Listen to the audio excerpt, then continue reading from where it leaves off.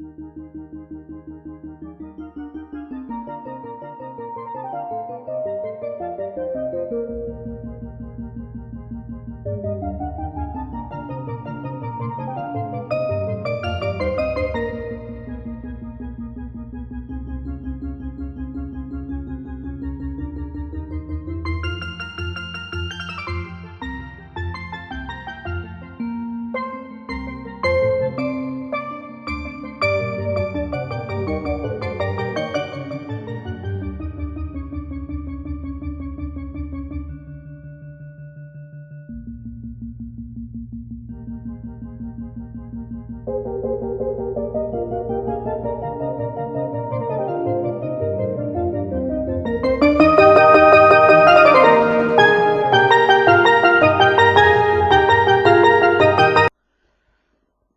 et mesdames, bonjour.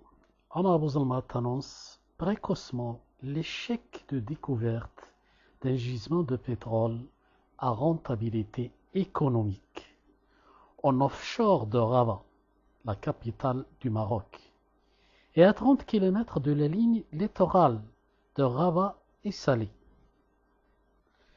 Mais qui est d'abord ce Omar Bouzalmat? Succinctement, qui est moi-même, possesseur d'un ultra-géant talent, détecteur de pétrole et gaz à distance et en direct sur tous les points du système pétrolier, chose qui n'est plus à la portée de tout l'arsenal et technologie de prospection pétrolière. Eh bien, si je dis que des talents qui étant exclusif à l'échelon universel et possède des compétences ultra avancées par rapport à tout l'arsenal technologique en matière de prospection.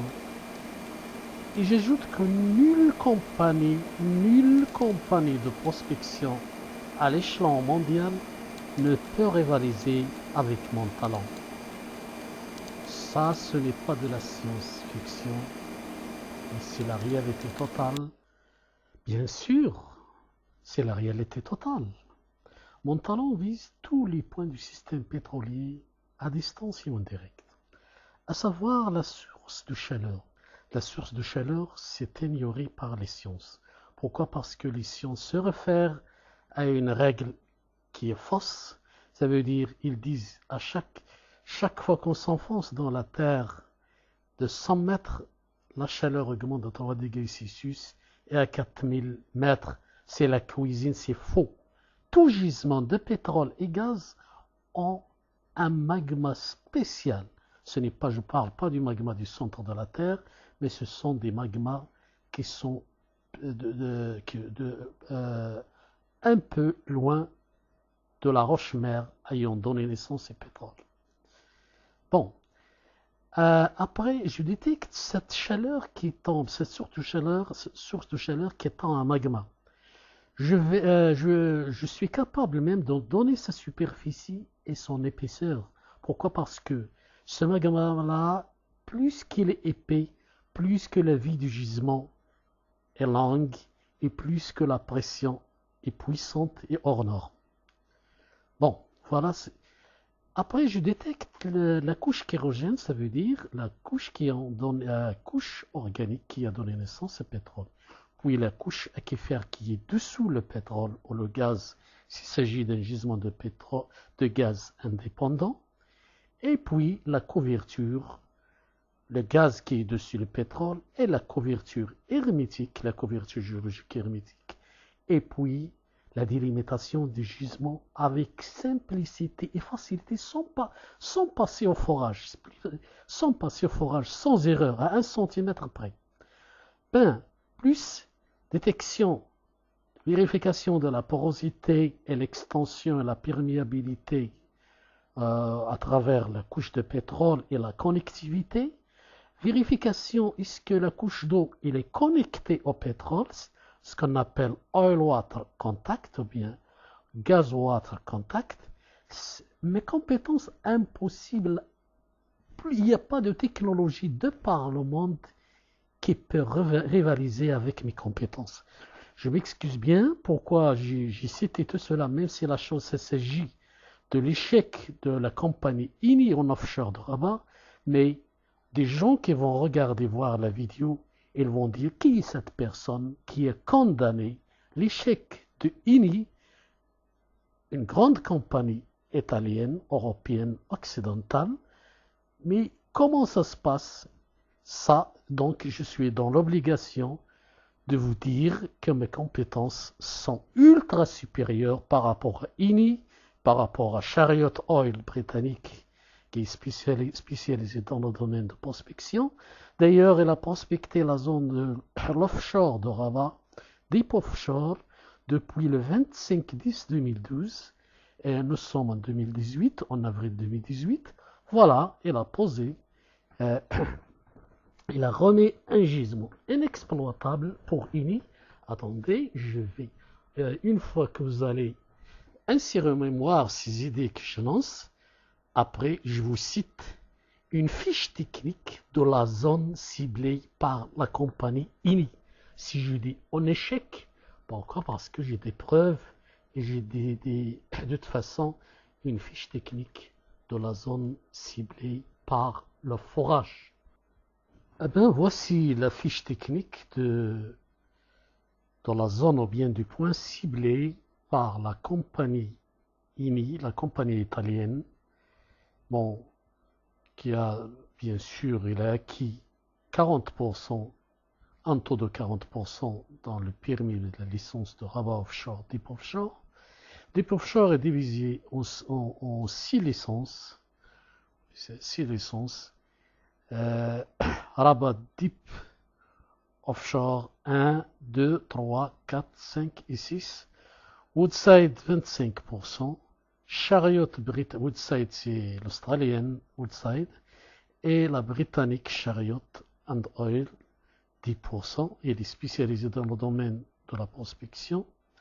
Et le bureau du Maroc qui s'appelle l'ONIM. Bon, l'ONIM, ça n'a rien à voir ni avec la prospection ni forage.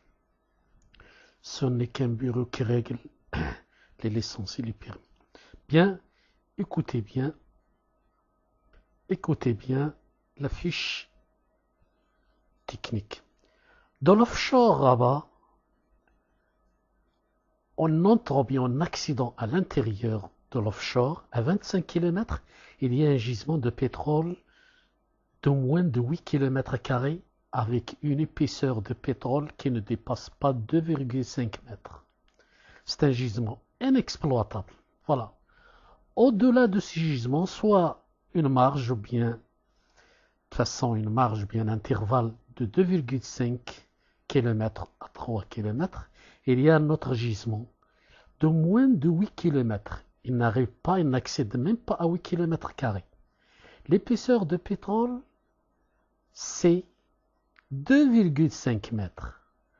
Le magma qui alimente ce gisement de la chaleur, il est de 5 mètres, très faible, très nulle pression. La roche-mère, la couche de la roche-mère de ce gisement, il est 6 mètres, très très faible. Bon, la quantité de pétrole qui a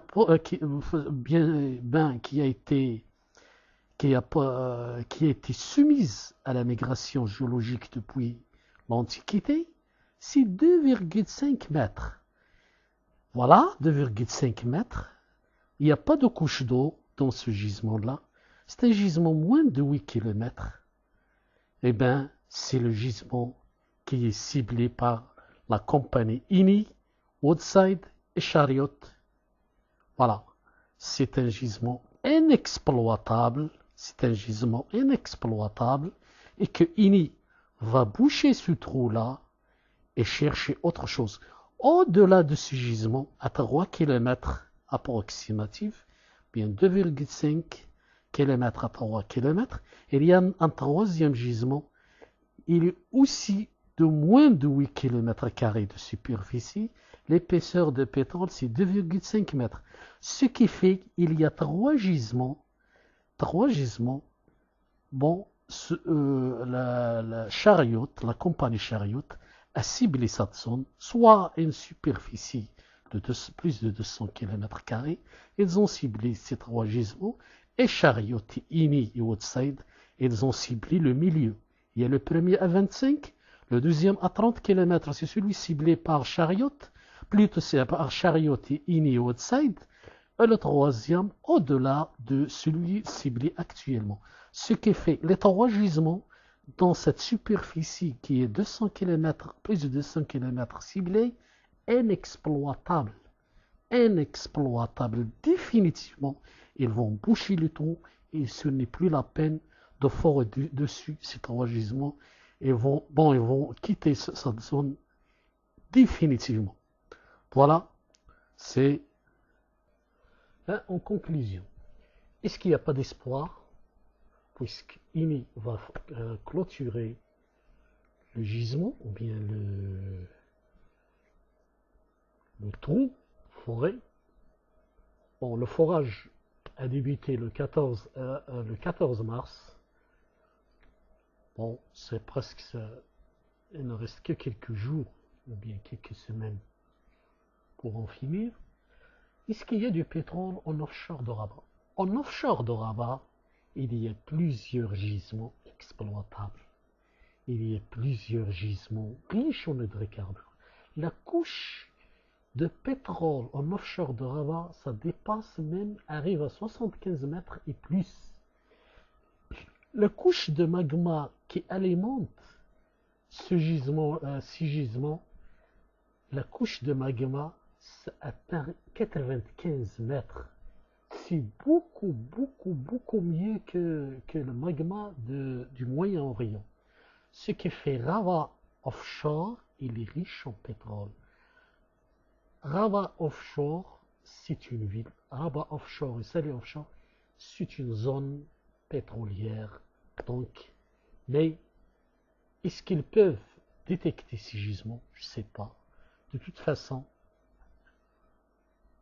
on souhaite le bien pour cette nation et pour ses compagnies. Le message est terminé.